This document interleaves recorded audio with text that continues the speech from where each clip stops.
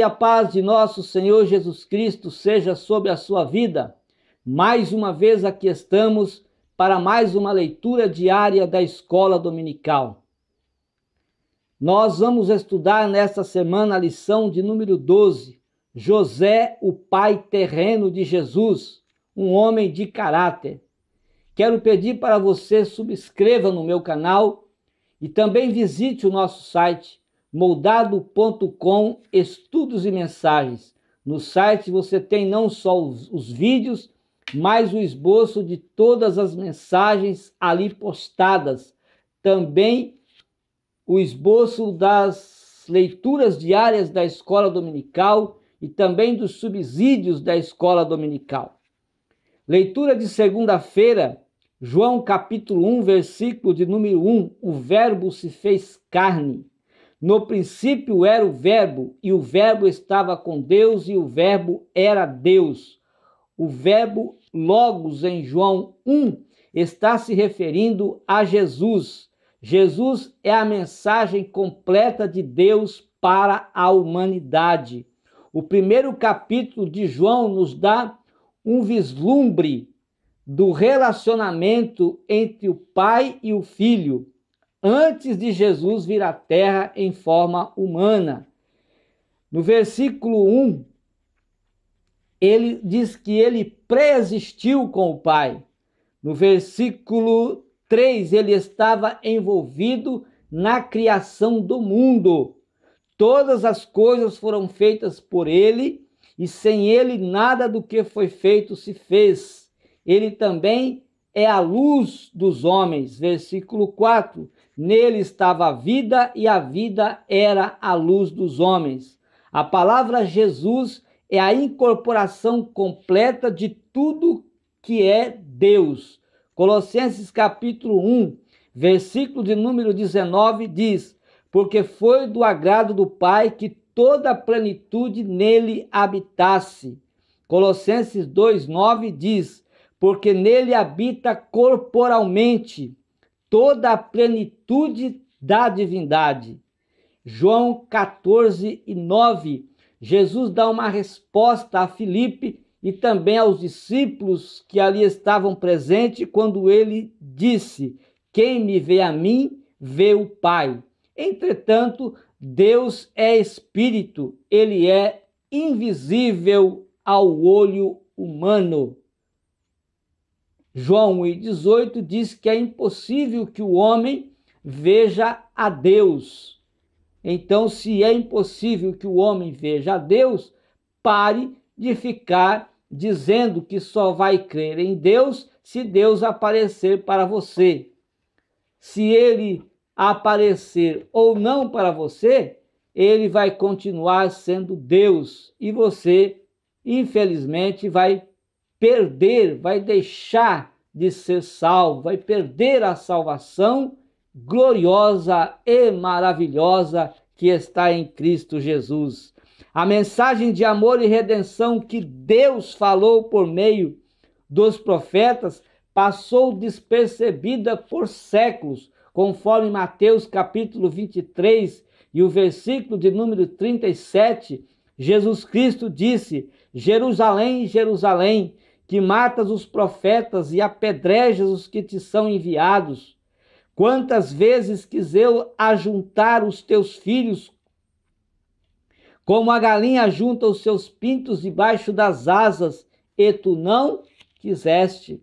As pessoas achavam fácil ignorar a mensagem deste Deus invisível e continuarem se rebelando contra Deus, ou seja, acreditando em deuses feitos pelas mãos dos homens. Israel preferia acreditar nas imagens que eram feitas pelos homens do que acreditar no Deus invisível, que abriu o Mar Vermelho, que abriu o Jordão, enfim, que fez maravilhas e muitos milagres pelo deserto.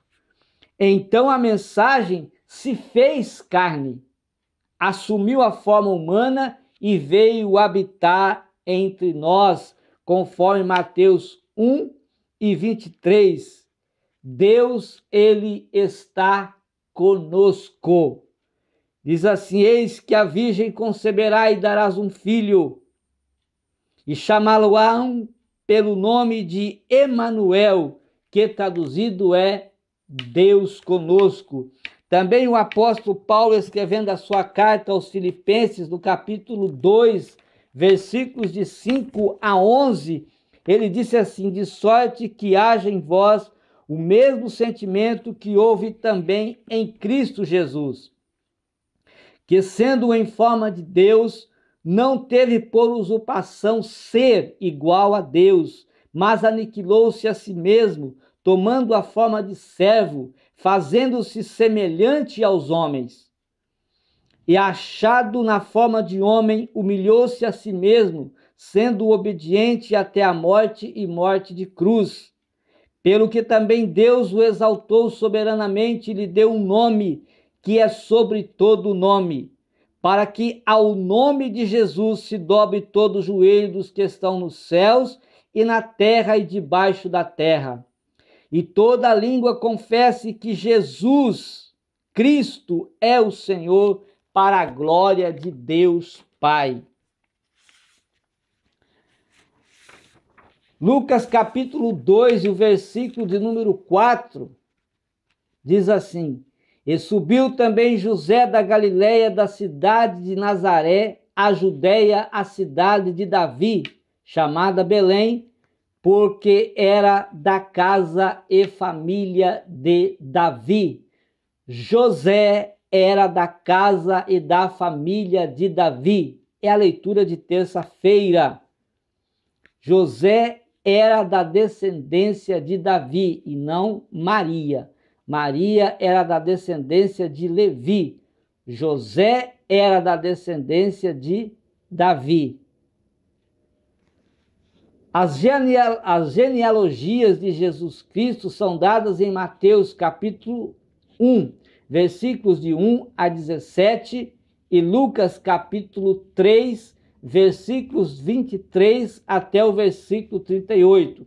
Não devemos achar estranho que tenhamos duas genealogias.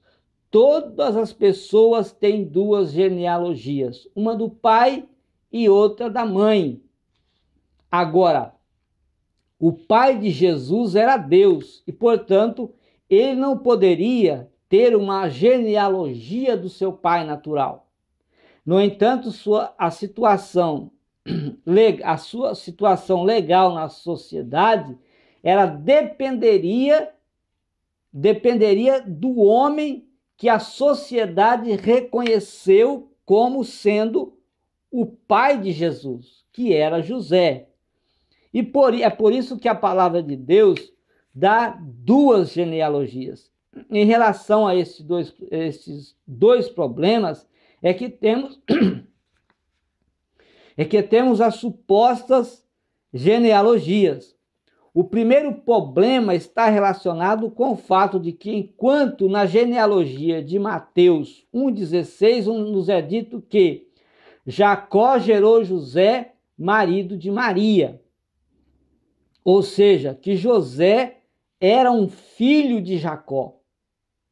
Na genealogia correspondente de Lucas, lemos que Lucas 3,23 diz: e o mesmo Jesus começava a ser de quase 30 anos, sendo como se cuidava, filho de José, José de Eli e Eli de Matã.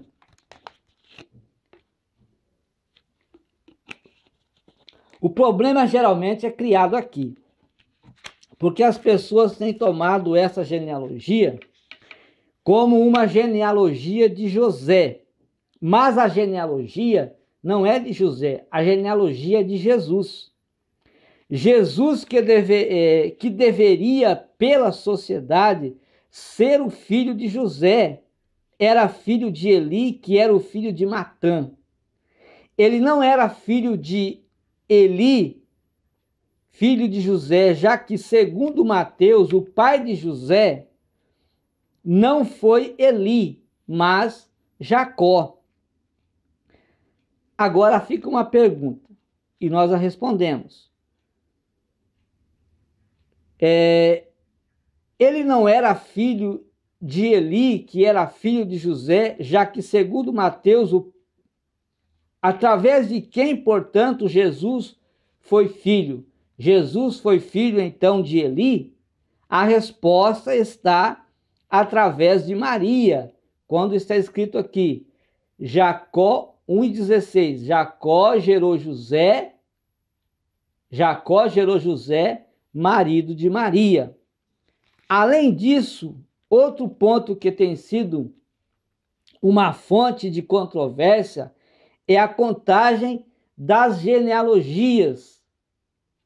No versículo 17 de Mateus 1, onde nós lemos assim: de sorte que todas as gerações de Abraão até Davi são 14 gerações, desde Davi até a deportação para a Babilônia, 14 gerações, e desde a deportação para a Babilônia até Cristo, 14 gerações. Então, a maioria das pessoas lê as 14 gerações da passagem acima, em vez de tentar encontrar as 14 gerações, querem encontrar uma única geração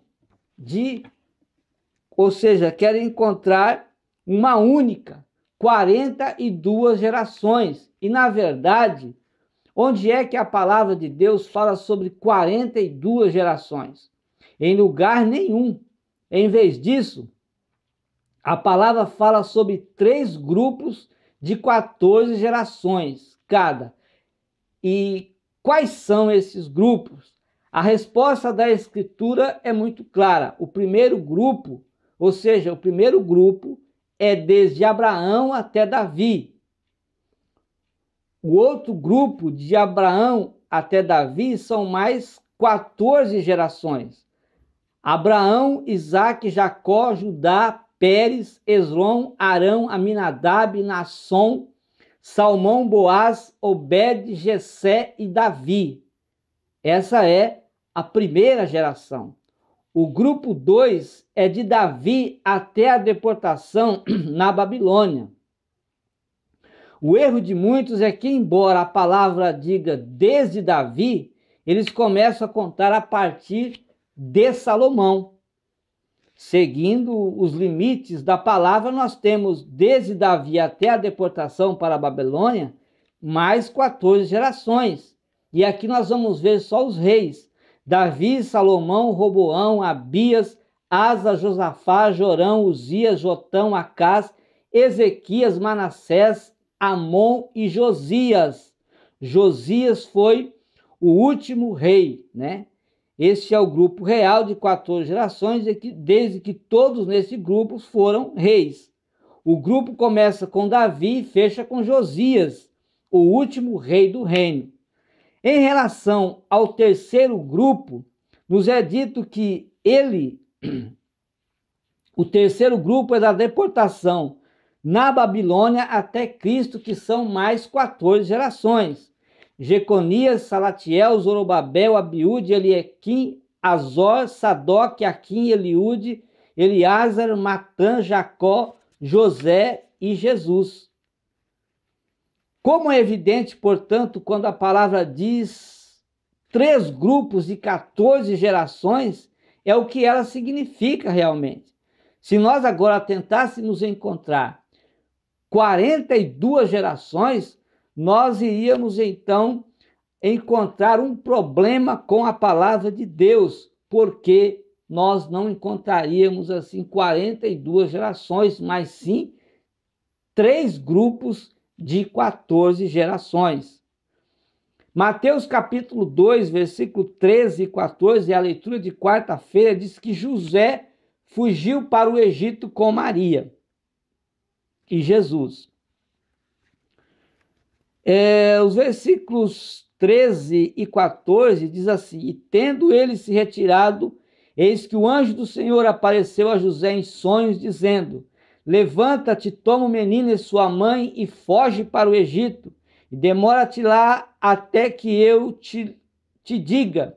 E levantando-se ele, tomou o menino e sua mãe de noite e foi para o Egito, porque Herodes há de procurar o menino para o matar. Vamos ler até o versículo 18. E esteve lá até a morte de Herodes, para que se cumprisse o que foi dito da parte do Senhor pelo profeta, que diz: do Egito chamei o meu filho. Então se cumpriu o que foi dito pelo profeta Jeremias, que diz: em Ramá se ouviu uma voz, lamentação, choro e grande pranto. Raquel chorando seus filhos e não querendo ser consolada, porque já não existem.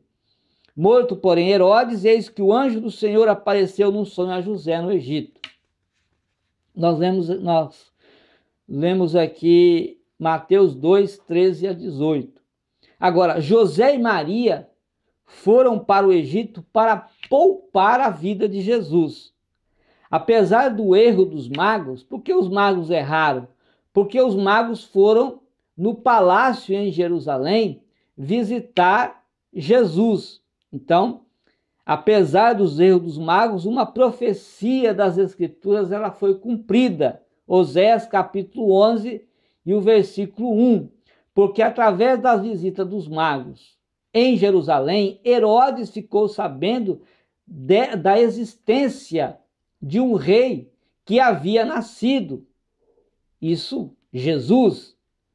E então, ele faz uma perseguição. E com essa perseguição, então vai cumprir-se Oséias 11:1, que diz: do Egito chamei o meu filho.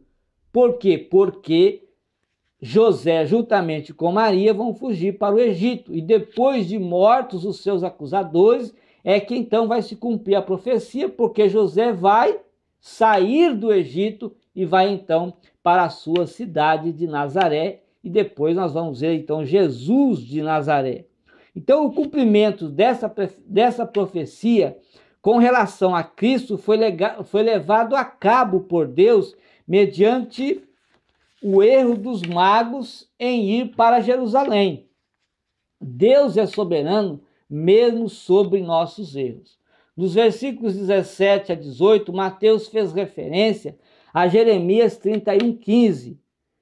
Qual é o relacionamento entre Raquel e as criancinhas que foram mortas?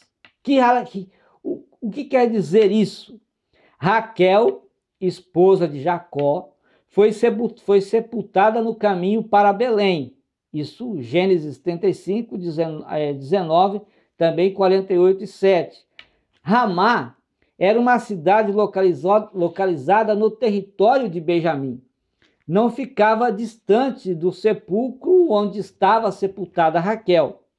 Os meninos mortos por Herodes são considerados filhos de Raquel nesta profecia poética. É o que nós dizemos.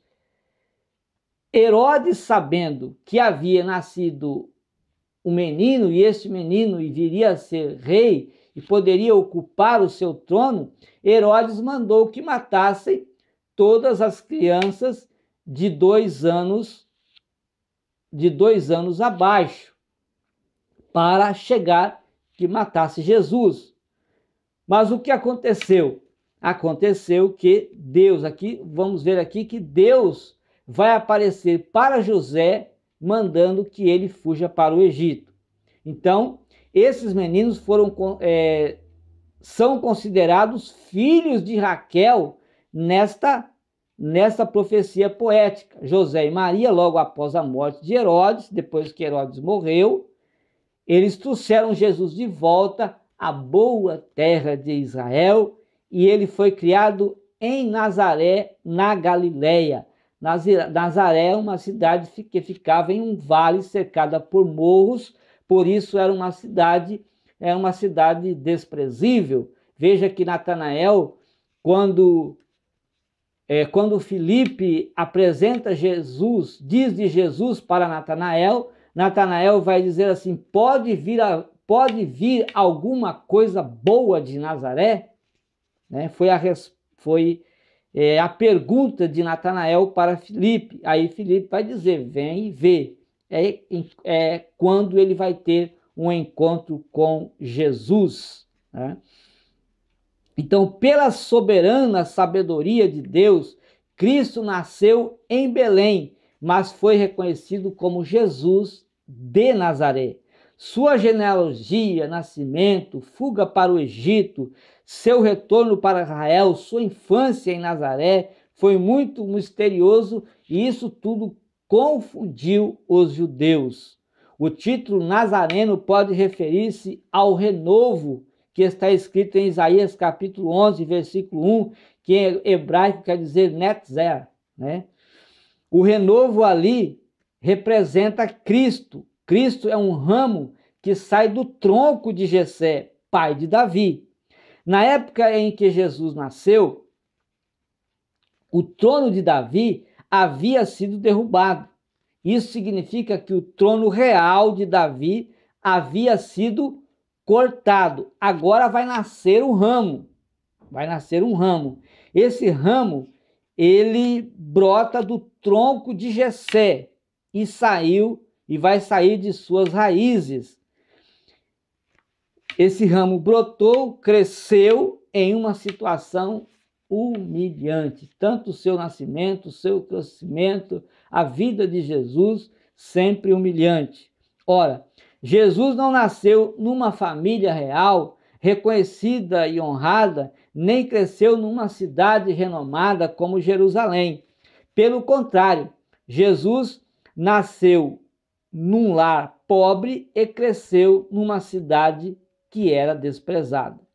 Tudo isso fez dele um nazareno, um ramo. Jesus vai sim ocupar esse trono no milênio. Então Jesus vai reinar no milênio sobre toda Israel e sobre toda a terra. Tudo isso que aconteceu fez de Jesus o Nazareno um ramo, não um ramo grandioso, de árvore majestosa, mas um ramo aparentemente insignificante de tudo, né, de todo de Jessé, né, do toco de Jessé.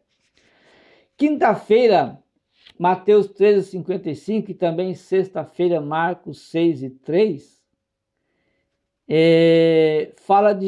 Mateus fala Jesus, o filho do carpinteiro. Marcos fala Jesus, o carpinteiro. Mateus 13:55 diz: não é este o filho do carpinteiro? E não se chama sua mãe Maria e seus irmãos Tiago, José, Simão e Judas? Agora Marcos diz assim: não é este o carpinteiro, filho de Maria, irmão de Tiago, de José, de Judas e de Simão? E não estão aqui conosco suas irmãs?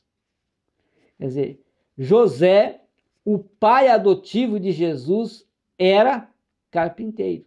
Aliás, Jesus era também carpinteiro, porque as profissões antigamente na Palestina, elas passavam de pai para filho. Como José era carpinteiro, Jesus também era carpinteiro. Por isso, Mateus fala filho do carpinteiro e Marcos vai dizer o carpinteiro. O termo é de aplicação muito ampla, podendo designar aqui um construtor de casas, um fabricante de arados, um fabricante de jugos e até de móveis. Pois bem, o filho do carpinteiro não teve um berço ao nascer. Veja bem, ele era carpinteiro, construía móveis, porém, Jesus, quando nasceu, ele não foi levado para um berço. Desde sempre tem sido essa a preocupação de todo pai, preparar o enxoval dos pais, né? Que prepara o enxoval do filho que vai nascer. E a primeira coisa é o berço, uma cama para o bebê, e a cama sempre é um berço. E um dos itens mais importantes desse enxoval é o berço, a primeira e apropriada cama do bebê. É de supor que o próprio José, como carpinteiro, ele tivesse usado ali a sua melhor arte para fazer um berço para Jesus, o seu filho que iria nascer.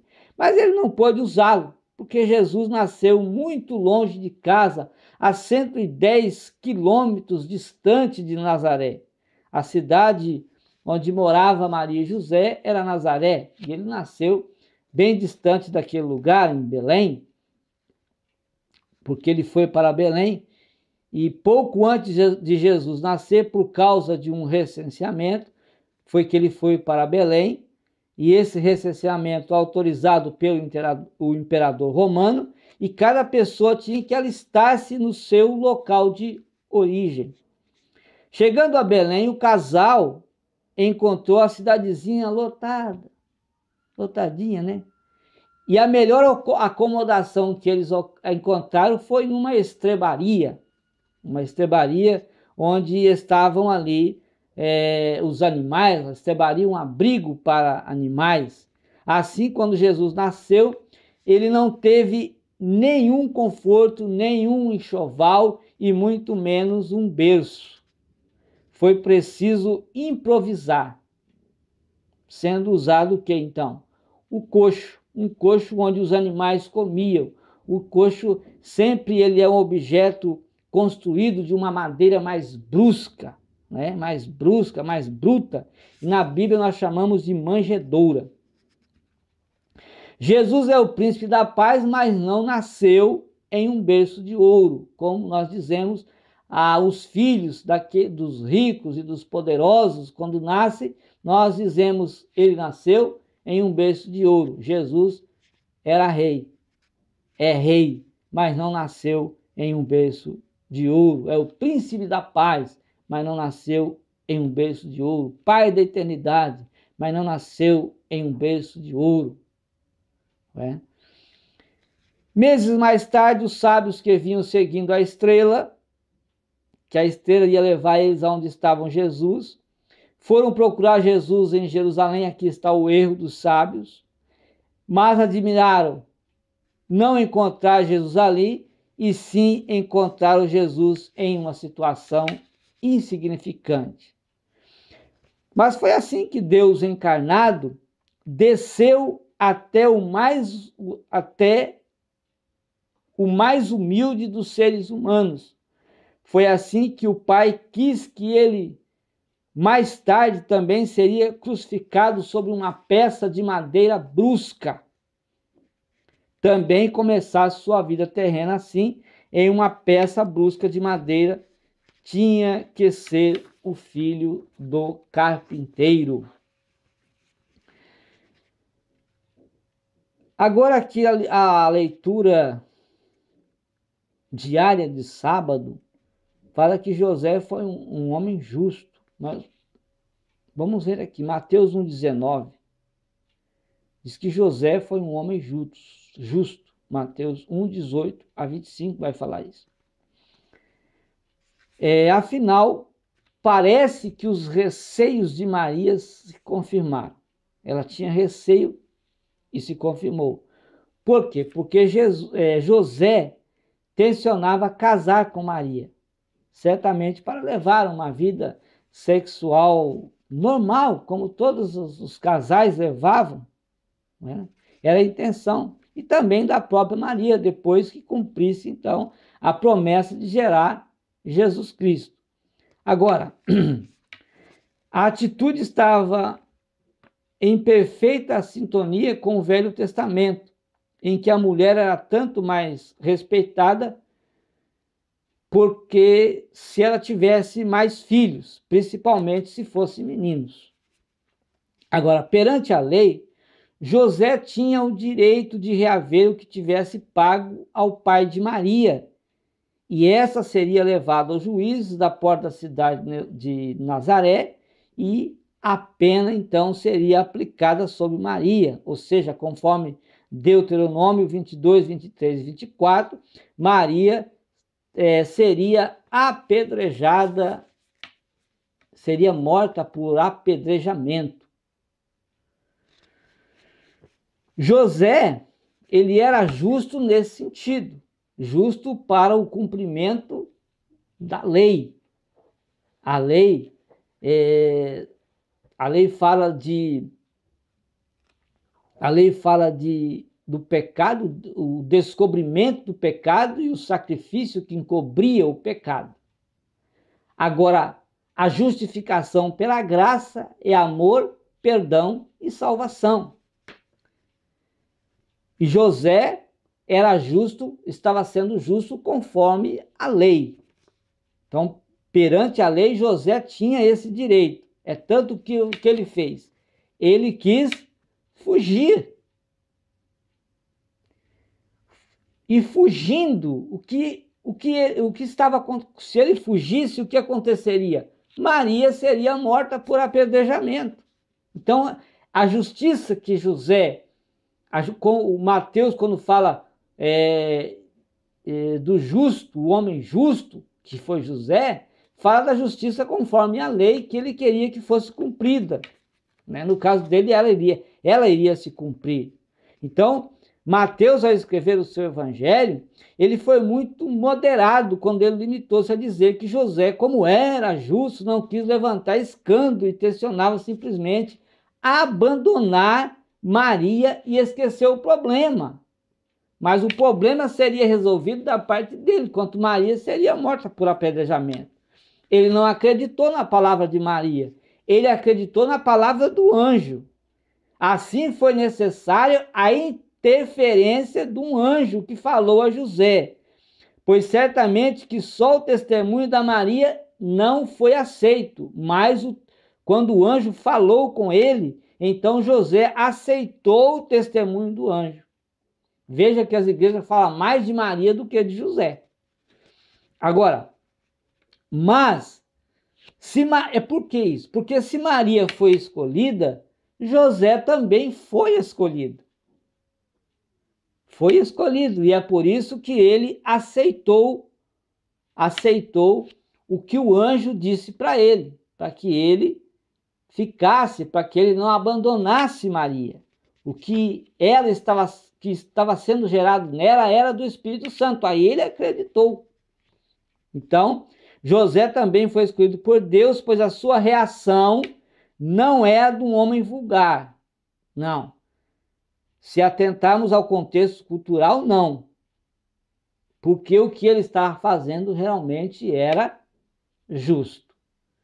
Mas quando ele volta, então, ele está atendendo como um chamado, como uma missão. Então, José, pai de Jesus, quis ser justo no sentido da justiça através da lei, da cultura em que eles viviam, e não na justiça com base na graça, que é amor, perdão e salvação.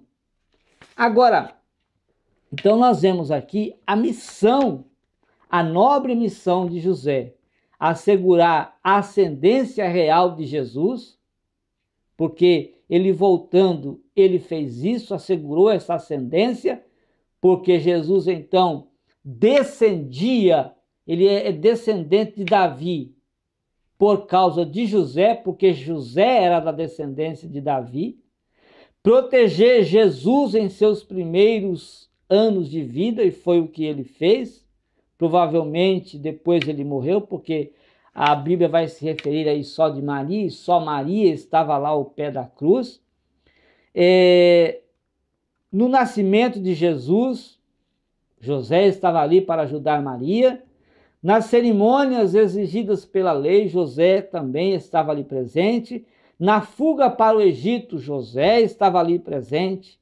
Tudo isso foi missão de José. O zelo pela formação espiritual de Jesus também foi uma missão de José. Maravilhosa essa lição, né? Maravilhosa. Que Deus possa abençoar a sua vida, abençoar a sua família, e até a próxima leitura diária da escola dominical. Deus continue te abençoando e te dando vitória. Não perca a escola dominical na sua congregação. Deus abençoe sua vida em nome de Jesus.